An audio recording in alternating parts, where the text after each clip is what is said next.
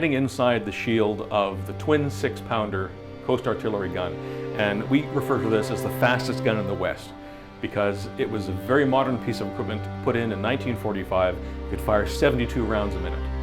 The only target it was concerned with were torpedo boats, very small, fast-moving, unarmored targets. So this gun had to be able to fire fast and also to swing or traverse quickly in order to follow those targets. Esquimalt Harbour is Canada's important West Coast naval base prior to that, a British base.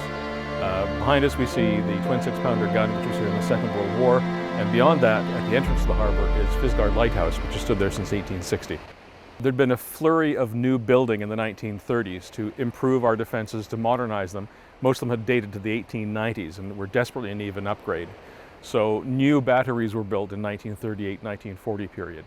The men who manned these batteries were a very small cadre of professional soldiers, supplemented by the large militia regiment here in town, who were just Saturday night soldiers, as it were.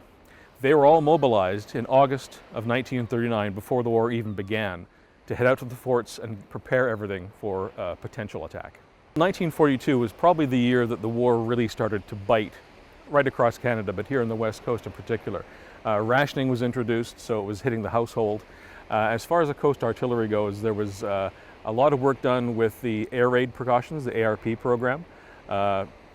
Porch lights were banned in Greater Victoria. There were blackout tests done across the city. And the whole idea was to be prepared for either a naval or an aerial potential attack after what happened at Pearl Harbor. What we're looking at here is a Second World War searchlight emplacement. It's built of steel and concrete, but it's got a paint job and some fake wooden parts to make it look like it was a fisherman's hut. Before we had radar on the west coast of Canada, we had to use searchlights to illuminate targets at night, and this is one of them. It's a General Electric 60-inch 800 million candle power searchlight. Some of the older soldiers used to joke with new recruits that the light was so powerful it would knock over a small boat. The boom defense consisted of a curtain, a steel curtain of interlocked rings that literally hung in the water like a big set of curtains as a torpedo net. It was not to stop submarines, but rather to stop a fired torpedo underwater until it ran out of its compressed air fuel and would sink to the bottom. The second part of that was the surface barrier, which was essentially floats or logs in some cases with a gate in the middle. This gate was attended by a gate vessel, which would open and close it as required to allow ships in or out of the harbor. We're standing in a purpose-built emplacement for the duplex 6-pounder twin quick-fire gun that protected the mouth of the harbour, in conjunction with a similar weapon emplaced over at Fault Rod Hill. This large circular area was where the gun sat. The crew would be protected by a gun house, like a little building over the top of the gun, and this structure behind me had a similar effect.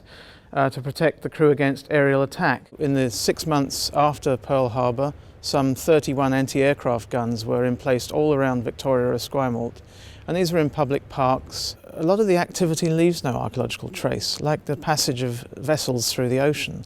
The submarine minefield was a vast cultural landscape across the mouth of the Narrows here, for which very little evidence remains. And you have to seek it out. You have to identify the fragments as touchstones to these extraordinary cultural landscapes that kept people busy for months on end.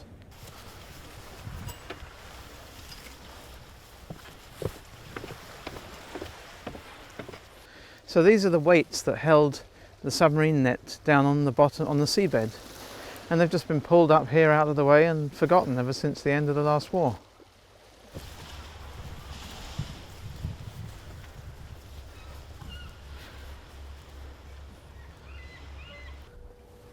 This is a 12-pounder quick-fire breech-loading steel gun. This one's made in 1942, I see from the breech. And today this is used as a saluting gun on Black Rock Battery. As far as I'm aware, they never fired a shot in anger. The biggest comment we usually get is the fact when they find out there was never any attack here, the reaction is, well, that was kind of a waste of time and money, wasn't it?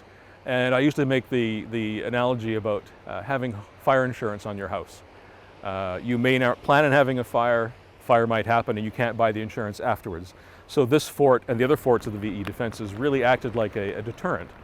to enemies attacking, potentially attacking the area.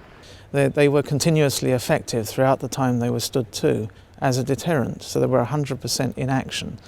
The whole point of Fort Rod Hill was to defend the Esquimalt Naval Base, which originally, of course, was a British naval base, and these were British guns manned by British soldiers. Part of the agreement was that they would be then training the Canadian militia to take over these guns, as they did in 1906. And to me, this is part of an illustration of how Canada was growing as a nation, taking responsibility more for its own defense. And in fact, towards the end of the story of Fort Rod Hill, we see that big shift from being a part of the British Commonwealth defense strategy to making our own defense agreements with the United States of America, which is just 20 kilometers from where we're standing right now.